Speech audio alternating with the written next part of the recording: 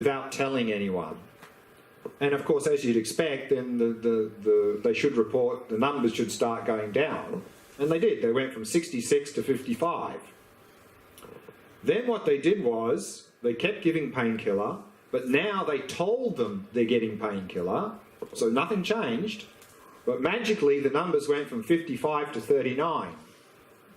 Now here's the interesting part. They still kept giving them painkillers, but now they told them they're stopping the pain killing. And so nothing changed, but 39 went up to 64.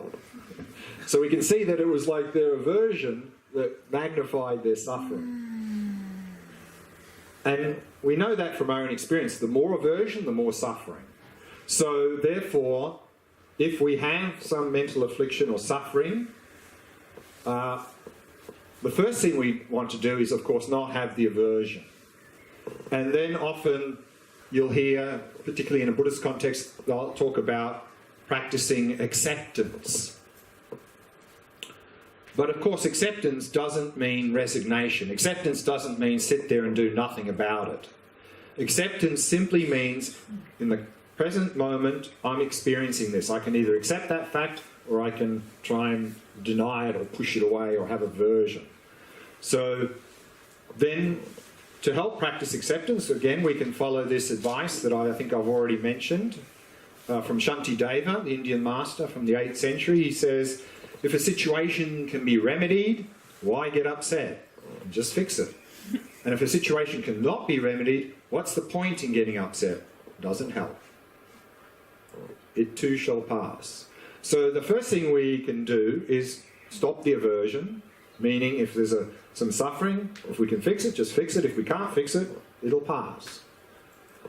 But then on top of that, we can make this suffering situation, an opportunity by practicing this Tonglen.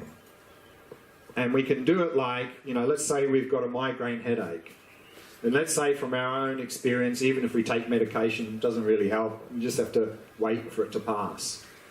Then, of course, if we do the aversion, we go, oh no, not that migraine headache again, go away. Then, of course, more suffering. So just go acceptance, okay, migraine headache. From my experience, I know there's nothing to do, it'll pass. But then on top of that, we can go, okay, well, I'm not the only person on the planet with a migraine headache right now. There must be thousands of other people with migraine headaches now, maybe much worse than me. So by me willingly accepting my migraine headache, may all others be free of theirs. So you can do this Tonglen practice, taking on everyone's migraine headaches and giving them happiness. And so then we can use that situation as an opportunity to develop loving kindness and compassion. And also, often what happens is that because now we are focusing on others rather than their self, often the level of discomfort we experience even drops further. Because often it's when we're too much obsessive self-focus, the aversion comes. And if we're focusing on others, often no aversion, but also that compassionate state of mind often subdues a lot of the discomfort we experience, even to the point where sometimes we no longer really experience any discomfort because we're concerned about others' welfare. So that's how we can use it in a very practical way. Any questions about Tonglen practice in general?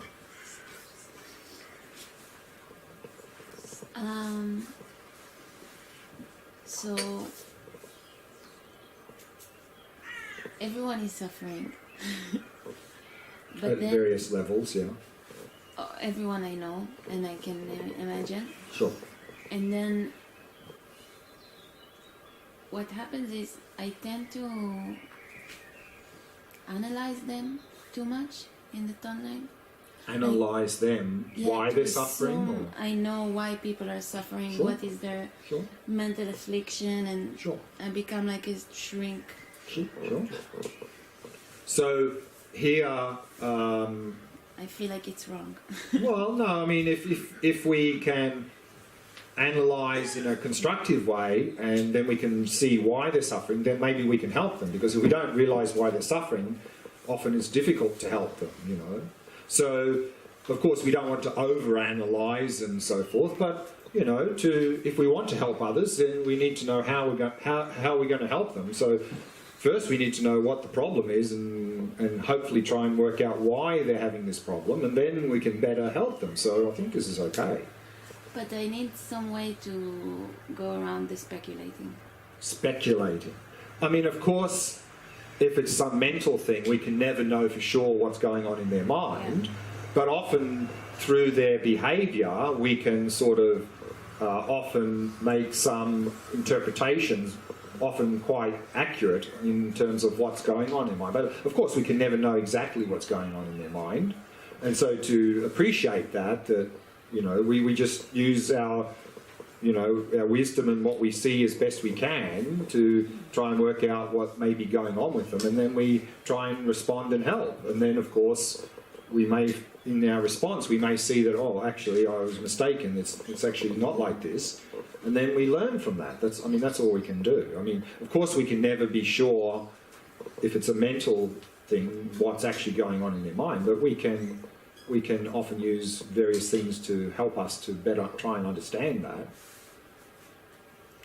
Yeah. But what we need to be careful of is, again, to put the emphasis more on me than them. You know, often it's like, I know what's best for you. You better do what I tell you to do. So then, and often it's because people are more interested in their own welfare than their welfare. They're wanting to do something for them so that person doesn't interfere with them too much. So then we're not really looking at their interests. So I think it's important to have that shift and really be looking out for their welfare and not sort of our own welfare more than theirs. Otherwise, that's not going to work very well, I think. But just at the meditation level, like people I don't know very well, sure. I have no idea really Sure. what's going on in their lives. Sure. People around here. Sure, sure. And then just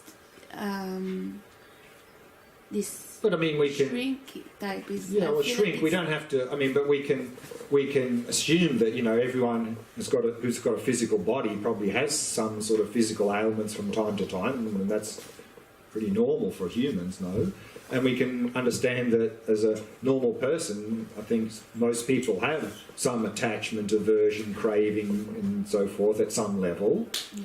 So, you know, these are common amongst all of us, and so we can, you know, at a general level, we can wish for them to have a healthy body and to reduce their mental afflictions. I think this is applicable to everybody. I mean, we don't have to sort of, you know, go down into the nitty-gritty details.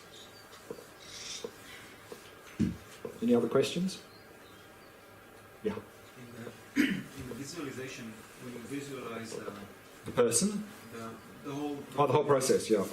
So how is that? I mean, I'm always visualizing it a bit different because I don't know how it should Yeah, be. yeah. Is the light coming from their from the body or from their mouth or from the... whatever? Right. So the question is, with how should we really do the visualization? And in this practice, the most important thing, is the wish to take their suffering and the wish to give happiness to them. To help facilitate that, then often we do this taking and giving together with the breath, because it keeps us focused, so that can be useful. We don't have to do that with the breath. And also the visualization often is very helpful as well to keep us focused. And how we do the visualization is not so important. Again, the important thing is wanting to take their suffering and give them happiness. So in the one I've been describing, and we're going to do another variation, the more classic approach, this rock of self-cherishing, we're going to do that now. That's often the way it's presented in Tibetan Buddhism historically, so we're going to look at that and practice that now. But the one I've been using is this imagining this little white light in the centre of our chest here, that is the inner purity of our mind. And then on the taking side, then to imagine their suffering, and usually I use the example of black smoke in their body, but you can visualize it in any form. If that doesn't work for you, something else. You know, it doesn't have to be that. But and then we imagine that black smoke just coming straight in here. Whereas in the approach we're going to do now, often the explanation is that on each in-breath you imagine drawing more and more out, and then eventually you get all of it out and it's sort of collecting here in a small cloud, and then you imagine it coming in through the nostrils, going down to here, and then it touches this black rock and... So, I mean, in the light, the smoke, you can imagine it going in and down or straight, or you don't have to have smoke, you can do something else as you like. It's not so important. And again, the light, normally again from here, going out and just saturating their body and mind. But again, if you don't want to use light, it's okay. Intention. So it's, again, it's the more important thing is wanting to take the suffering and give happiness. And otherwise, if we don't have that, we can have a very nice smoke and light show, but it doesn't mean it's just smoke and light. I mean, it doesn't really touch us, you know. So that's not, the visualization is not so important, but it can help to keep us on track, and then we've got something to because we tend to be very visual, so visual often helps us to stay focused. That's all. When you talk about compassion, it seems to me that most of the directions are about perception, and about perception, and about visualization, about meditation, but not behavior and not voluntary direction. So are there any directions what to do, or only what to think? So the question is that there seems to be just an emphasis on cultivating compassion in meditation. There doesn't seem to be much talk about daily life. Of course, the cultivation of everything is two parts, is meditation and daily life. Because compassion is the aspiration for ourselves and others to be free of suffering and its causes. So we need to cultivate that aspiration, because without that aspiration, we're not going to go and help people in daily life. So we need to cultivate that strongly, and meditation is a good way to do that because we're calm, focused, and it can penetrate more, that aspiration. I mean, of course, we can, as well, it's great to think about this aspiration throughout the day, you know, may others be free of suffering's cause. It's great, and we should do that, but to really be effective in really bringing that deep inside of our mind, in meditation it's more effective to be able to do that. We can make it sort of stick more in meditation than just thinking about it in daily life. But the measure that that's working is if we're actually doing something to help others in daily life. And sometimes I hear people talk about socially engaged Buddhism, as if it's some different form of Buddhism. And when I hear that, I think, what? I mean, if you're not socially engaged, how can you call yourself a Buddhist? I mean, it's like... But the key, of course, is to be effective in helping others and being socially engaged, we need to cultivate wisdom and compassion. Otherwise, if we just go out there and try and do something, often we become part of the problem, because we don't know, we're not doing the right thing, you know. Like you see that often in countries that have dictators, you know. We don't like this dictator, so there's a coup, and they put another person in, and then within 12 months they're the next dictator, you know. So But the term compassion includes behavior, or only the meditation and the thinking? well, compassion again is the aspiration or wish for ourselves and others to be free of suffering and its causes. Which means, if we are cultivating that in a sincere way, it means that when we see suffering, we will help. If we're not helping, we're not cultivating, there's not really any compassion there. If we have, I mean, assuming we have the opportunity and ability to help, if we're in a situation where we have the opportunity and ability to help, and we don't help, then there's not really any much compassion there. But of course we need always to have wisdom with that compassion. Otherwise it can be blind and we can do things that don't really help and create a lot of problems instead. So if we cultivate both of those, then in daily life you'll find that the more we cultivate those in meditation, the more you'll find that they'll just naturally unfold in daily life. May I add one sentence, please? Just a thought. Before we reach number 5, Glen, we've done the first 4. And number 4, after having convinced that I want to change my self-cherishing with cherishing others because this will make me happy, then I can start behaving by exchanging my self-interest in the other's interest. And this is a way of thinking and behavior gradually and slowly. Instead of what's good for me, what does he want? What do you want? What will make you happy? Let me think how you see it. And this is a gradual, practical way from everyday life. 5 is on a cushion until I'm ready to do more. So. Okay. Yeah. I have another question. So after we did the other ones, or after the past few days anyway, I started noticing the self-cherishing thoughts that I have. Mm-hmm. And then I was wondering, should I act on, should I do something about them, or just noticing them and knowing that they are non-virtuous is enough? Yeah. So the question is that due to these things, we started noticing that there's some more self-cherishing thoughts coming up. So one thing, of course, we don't want to do is like beat ourselves up, saying, "Oh, I'm hopeless. I've always self-cherishing." I mean, that's cognitive fusion, so that's not of use to anyone.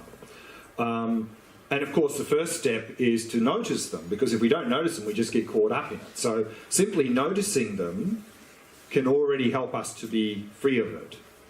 And then, of course, we can take steps to transform that into the mind of cherishing others, particularly if it's a certain situation where we're noticing the self-cherishing with respect to others. Then, you know, we can, in that situation, then instead of focusing on me, shift the focus to the other person.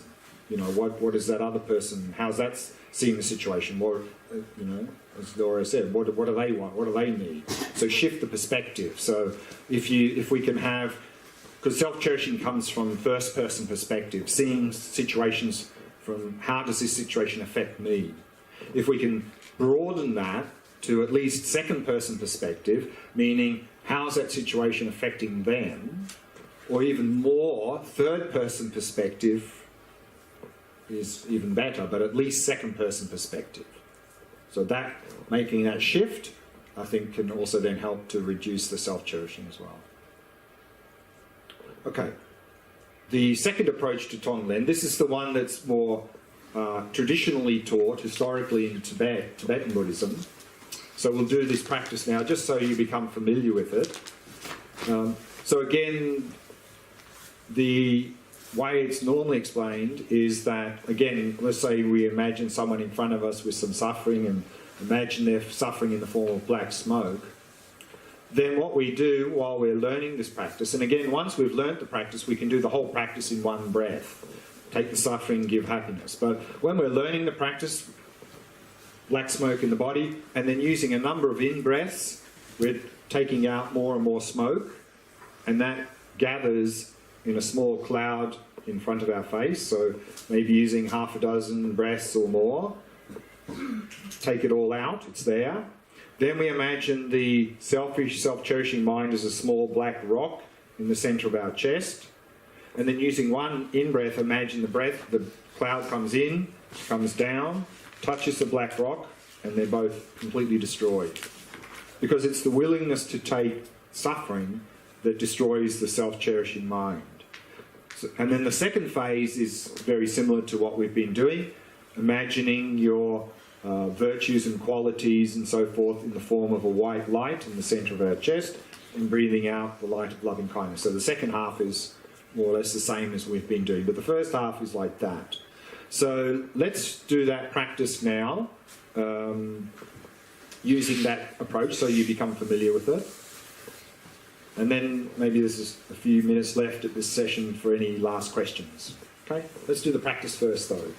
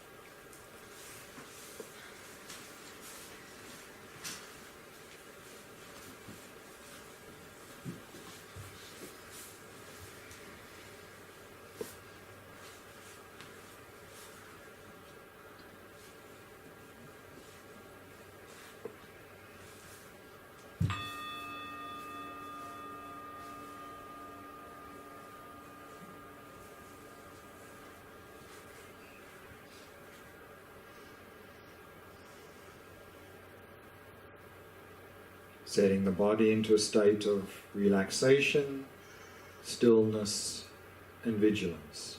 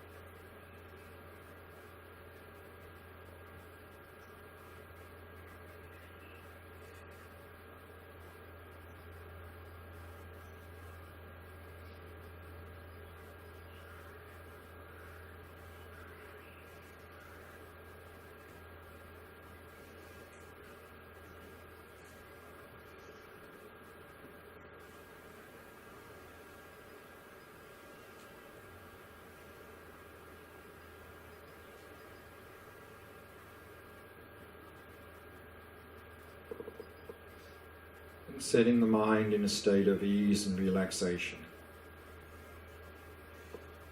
Allowing the mind to come to rest in the present moment. Simply becoming aware of the rhythm of the breath.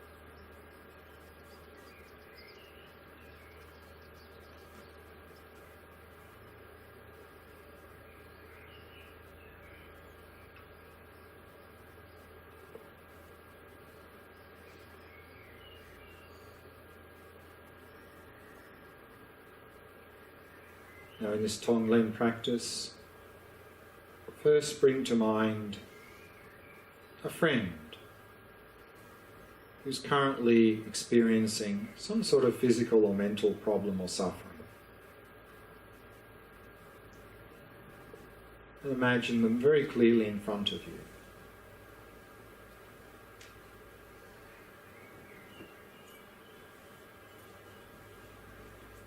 And arouse the thought, how wonderful it would be if they were free of that problem, free of that suffering. May you be free of all suffering and its causes.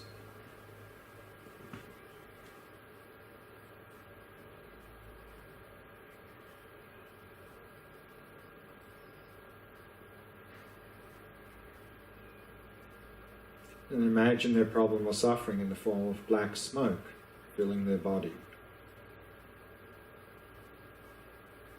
And then with each in-breath, imagine drawing that black smoke out of their body, imagining that it slowly collects in a small cloud in front of your face.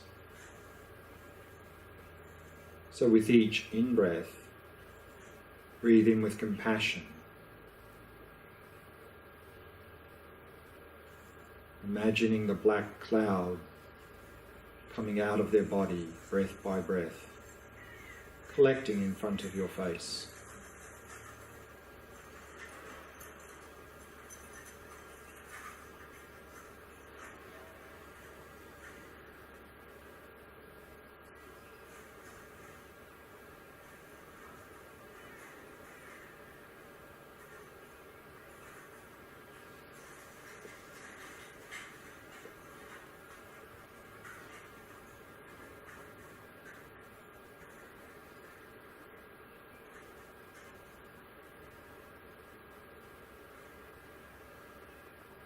And imagine their body is free of the black cloud now. It's in front of your face. Next, imagine the selfish, self-cherishing mind in the form of a small black rock in the center of your chest at the level of your heart. And then using one in-breath, imagine drawing that black cloud into the body, comes down, touches the black rock, and they're both completely destroyed.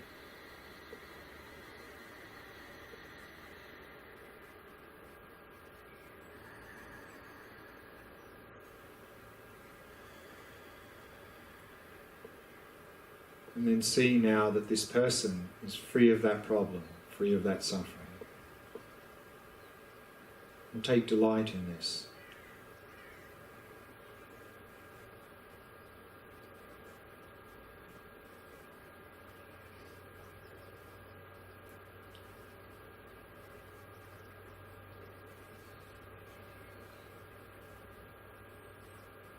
And then next imagine your inner qualities and happiness in the form of a small white light in the center of your chest.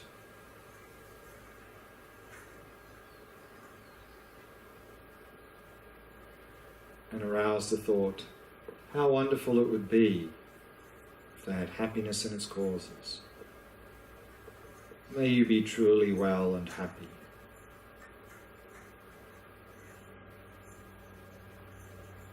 And with each out-breath, breathe out the light of loving kindness, sending to them whatever they need to be happy.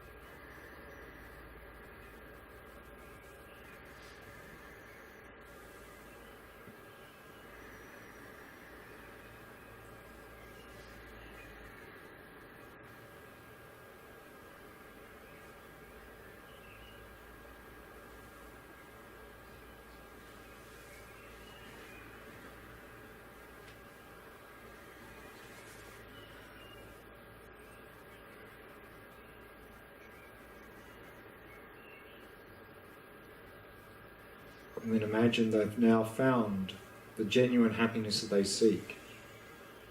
And rejoice in this.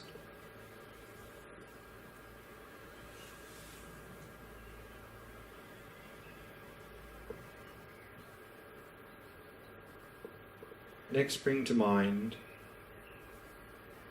someone who you know well, but is not really a friend, but is also having some sort of physical or mental problem or suffering at the moment.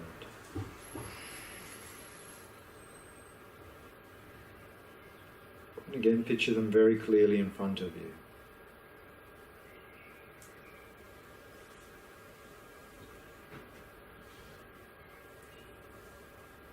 And arouse the thought, how wonderful it would be if they were free of that problem, free of that suffering. May you be free of all suffering and its causes.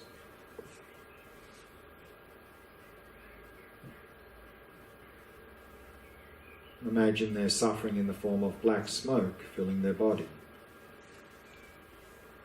And with each in-breath, imagine gradually drawing that black smoke out of their body, imagining it collects in a small cloud